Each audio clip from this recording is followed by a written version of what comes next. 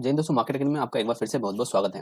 दोस्तों, आज के इस वीडियो में हम बात करने वाले हैं एक और बेहतरीन मेन लाइन कैटेगरी के आईपीओ के बारे में। एरोफ्लेक्स इंडस्ट्री 22 अगस्त को अपना आईपीओ लेकर के आने वाली है। इसका डिटेल एनालिसिस करना काफी इंपॉर्टेंट हो जाता है। सबसे पहले हम बात करने वाले हैं कंपनी क्या काम करती है, कंपनी का बिजनेस मॉडल कैसा है, कंपनी क्या क्या स्ट्रेंथ है, और साथ ही हम विजिट करेंगे कंपनी की वेबसाइट को, इसके अलग अलग प्रोडक्ट के बारे में जानने के लिए। कंपनी के फाइनेंशियल्स कैसे हैं, कंपनी से जुड़ी हुई बाकी इंपॉर्टेंट डेट, और साथ ही हम लास्ट में बात करेंगे कंपनी की ग्रे मार्केट में किस तरीके से प्रीमियम देखने को मिल रही है। इसी वीडियो में आपको आईपीओ से जुड़ी हुई सारी जानकारी मिलने वाली है। बने रहे वीडियो के लास्ट तक, और अगर अभी तक आपने मार्केट अकेडमी को सब्सक्राइब नहीं किया है तो आप अभी मार्केट अकेडमी को सब्सक्राइब करें, क्योंकि इस चैनल पर हम सारे एसएमई व मेन लाइन कैटेगरी आईपीओ के साथ साथ मार्केट से जुड़ी हुई कई सारी इंपॉर्टेंट इन्फॉर्मेशन को अपलोड करते हैं। और साथ ही बेल नोटिफिकेशन को प्रेस करना ना भूलें, ताकि हमारे वीडियो के लेटेस्ट नोटिफिकेशन आपको मिलते रहें। दोस्तों, अगर एरोफ्लेक्स इंडस्ट्री कंपनी के बारे में बात करें तो यह metallic flexible flow solution provide करती है। एंड अगर इसके अलग अलग प्रोडक्ट्स की बात करें तो मेन प्रोडक्ट्स में corrugated stainless steel hose, interlock flexible metal hose, PTFE hose, composite hose and stainless steel hose assemblies हैं। जो भी आपने देखा होगा हाइड्रोलिक सिस्टम्स में या बाकी जगहों पर जो स्टील होज यूज होते हैं, जो काफ़ी मजबूत रहते हैं, वह सब चीज़ें एरोफ्लेक्स इंडस्ट्री बनाती है। And as on 31st January 2023 it has over 1700 stock keeping units. Its products are used in a different industry. इसके अलग अलग इंडस्ट्रीज में प्रेजेंस है, जैसे steel, oil and gas, refinery, fire sprinklers, metal and mining and aerospace defence. The firm not just caters the domestic client but also exports to over 80 other countries. Company के अगर business presence की बात करें तो company के domestic clients के साथ साथ इंटरनेशनल लगभग अलग अलग 80 कंट्रीज में क्लाइंट है, जिसमें यूरोप व यूएसए के क्लाइंट भी इंक्लूडेड है। Company has manufactures unit at Taloja, Navi Mumbai, Maharashtra and also has in house research and development team. Company के अलग अलग जगह पर यूनिट है, तलोजा में, नवी मुंबई, महाराष्ट्र में। Original equipment manufactures, maintenance and repair and operational companies, fabricators etcetera are the companies client. Company के अलग अलग काफ़ी क्लाइंट्स है। In fiscal 2022 it has over 606 customers across 49 countries. इसके अलग अलग प्रेजेंस व बाकी प्रोडक्ट के बारे में जानने के लिए आइए कंपनी की वेबसाइट को देखते हैं। कंपनी कुछ इस तरीके से वेबसाइट देखने को मिल रही है। यहाँ पर आप देखेंगे अलग अलग कंपनी के प्रोडक्ट्स के बारे में। तो यह प्रोडक्ट्स हैं corrugated stainless steel, corrugated stainless steel hose with braid, stainless steel assemblies, solar hose, fitting and connections, interlock hose, high pressure. इस तरीके से आप देख सकते हैं यह इसके प्रोडक्ट्स हैं। और साथ ही में काफ़ी अलग अलग wide range of product company बनाती है।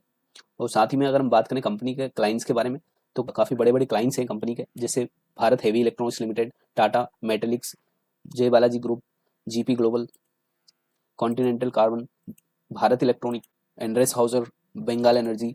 इस तरीके से अपार टुमारो सॉल्यूशन टुडे, इसके अलग अलग काफ़ी सारे इंडियन बड़े क्लाइंट्स हैं। और साथ ही में अगर हम बात करें तो इंटरनेशनली भी काफ़ी अच्छी कंपनी की प्रेजेंस है। ओवरऑल बिजनेस मॉडल अगर देखा जाए तो काफ़ी अच्छा बिजनेस मॉडल है एरोफ्लेक्स इंडस्ट्री का। दोस्तों, किसी भी आईपीओ में अप्लाई करने से पहले उसके फाइनेंशियल जानना बहुत ही जरूरी हो जाते हैं। यहाँ पर हमारे पास मार्च 2020 से डेटा हमारे पास अवेलेबल है। यहाँ पर आप देखेंगे 157 करोड़ की असेट साइज कंपनी के पास थी मार्च 2020 में, जो कि अभी बढ़कर 213 करोड़ रुपीस हो चुकी है। यहाँ पर काफ़ी अच्छी स्टेडी ग्रोथ कंपनी के असेट्स में देखने को मिली है। वही रेवेन्यू भी स्टेडी ग्रोथ, रेवेन्यू में भी स्टेडी ग्रोथ देखने को मिली है, जो 144 करोड़ से 269 करोड़ हो चुका है। वहीं अगर कंपनी के प्रॉफिट आफ्टर टैक्स की बात करें तो 4.69 करोड़ जो 2020 में प्रॉफिट था वह भी बढ़कर 30 करोड़ हो गया है। यहाँ पर multifold growth profit after tax में देखने को मिली है। वहीं कंपनी की बोरोविंग्स में आप देखेंगे 2020 कंपनी की बोरोविंग्स देखेंगे तो 63 करोड़ की कंपनी की बोरोविंग थी, जो कि अभी 45 करोड़ की हो चुकी है। यहाँ पर कंपनी ने अपनी डेप्ट को काफ़ी ज़्यादा कम किया था मार्च 2020 में, अभी थोड़ा बढ़ाया है। और आईपीओ में अभी उसने ऑब्जेक्टिव्स में भी कंपनी ने दिखाया है कि वह अपनी बोरोविंग्स को कम करने वाली है। यहाँ पर आगे भी कंपनी अपनी बोरोविंग्स को कम करेगी। फंडामेंटली काफ़ी कंपनी बहुत ज़्यादा स्ट्रॉन्ग भी नहीं है, बहुत ज़्यादा वीक भी नहीं है। दोस्तों, अगर आईपीओ की इंपॉर्टेंट डेट्स के बारे में बात करें तो आईपीओ 22 अगस्त को ओपन होने वाला है, वह 24 अगस्त को यह क्लोज होने वाला है। कंपनी की इशू प्राइस 102 to 108 रुपीज़ रखी गई है। आपको कट ऑफ प्राइस पर ही आईपीओ को अप्लाई करना है। कंपनी का 351 करोड़ का इशू साइज है, जिसमें 189 करोड़ का ऑफर फॉर सेल है, बाकी 160 करोड़ का फ्रेश इशू है। कंपनी की प्रमोटर होल्डिंग 91% है, जो कि घटकर अभी 66.99% होने वाली है आईपीओ इशू साइज के बाद।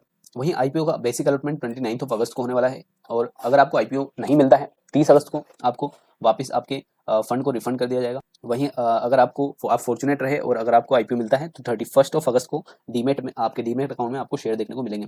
वहीं 1 सितंबर को कंपनी लिस्ट होने वाली है। अगर हम बात करें कंपनी के अलग अलग लोट साइज के बारे में तो 130 शेयर्स का एक लोट कंपनी का रहने वाला है। वहीं जिसके लिए आपको 14,040 रुपीज़ का अमाउंट ब्लॉक करवाना होगा। अगर आप एचएनआई कैटेगरी से अप्लाई करना चाहते हैं तो आपको मिनिमम 15 लोट्स से अप्लाई करना होगा। वहीं अगर आप बिग एचएनआई कैटेगरी से अप्लाई करना चाहते हैं तो आपको 72 लोट्स के लिए अप्लाई करना होगा। दोस्तों किसी भी आईपीओ में अप्लाई करने से पहले उसके आईपीओ ऑब्जेक्टिव्स को जानना बहुत ही जरूरी हो जाता है कि आखिर जो भी कंपनी आईपीओ से फंड रेज करने वाली है उसको वह कहाँ यूटिलाइज करने वाली है। सो यहाँ पर आप देखेंगे फुल और पार्ट रिपेमेंट और prepayment of certain outstanding secured borrowing. Company के ऊपर कुछ बोरोइंग्स है जिसके लिए वह आईपीओ को लेकर के आई है। फंडिंग वर्किंग कैपिटल रिक्वायरमेंट के लिए कंपनी को फंड की रिक्वायरमेंट है। वहीं general corporate purpose and unidentified inorganic acquisition. So इस तरीके से कंपनी ने अपने 3 ऑब्जेक्टिव्स को यहाँ पर दिखाया हुआ है। वहीं अगर हम देखें कंपनी के वैल्यूएशन के बारे में, जो कि बहुत इंपॉर्टेंट चीज है, किस वैल्यूएशन पर कंपनी अपने आईपीओ को लेकर के आने वाली है। सो यहाँ पर 3840 के पीई पर कंपनी अपने आईपीओ को लेकर के आ रही है। सो यहाँ थोड़ा सा ओवर वैल्यू नजर आता है। वहीं अगर हम देखें कंपनी के आरओसी के बारे में, तो कंपनी का 31% का आरओसी है, जो कि काफी अच्छा रिटर्न ऑन कैपिटल एम्प्लॉयड है। वहीं RO N net worth return on net worth अगर देखेंगे तो 26% का है। कंपनी की डेब्ट टू इक्विटी 0.39 की है, जो कि काफी अच्छी है। वहीं दोस्तों अगर हम बात करें कंपनी के ग्रे मार्केट प्रीमियम के बारे में, जो कि सबसे ज्यादा इंपॉर्टेंट चीज है, तो एरोफ्लेक्स इंडस्ट्री का आईपीओ 60 रुपीज के प्रीमियम पर अभी ग्रे मार्केट में ट्रेड कर रहा है। यानी कि लिस्टिंग के दिन आपको 57.41% मिल सकते हैं। 6100 पर लोड आपको प्रॉफिट लिस्टिंग के दिन इससे हो सकता है। सो इसमें आप जरूर सब्सक्राइब करें। हो सकता है आपको अगर आईपीओ मिलता है तो काफी अच्छे गेन और भी इसमें इसकी डिमांड और भी बढ़ती हुई दिखाई दे सकती है, क्योंकि आप देखेंगे पिछले कुछ दिन में इसकी डिमांड 25% से बढ़कर अभी 57% हो चुकी है। सो अभी 22 अगस्त में टाइम है, अभी 1 सितंबर तक और भी ज्यादा डिमांड देखने को मिल सकती है। आज एचडीएफसी फाइनेंस आईपीओ की लिस्टिंग देखने को मिली, जिसने काफी अच्छे गेन्स इन्वेस्टर्स को दिए हैं। लिस्टिंग के दिन लगभग 45% के gain first day HDFC finance ने आज दिए हैं। वहीं बाकी आईपीओ की अगर हम बात करें तो crop life science SME IPO है, जिसका अभी करेंट जीएमपी 5.77% दिखाई दे रहा है, जो कि काफी अच्छा नहीं है। सो इसको आप अवॉइड करें।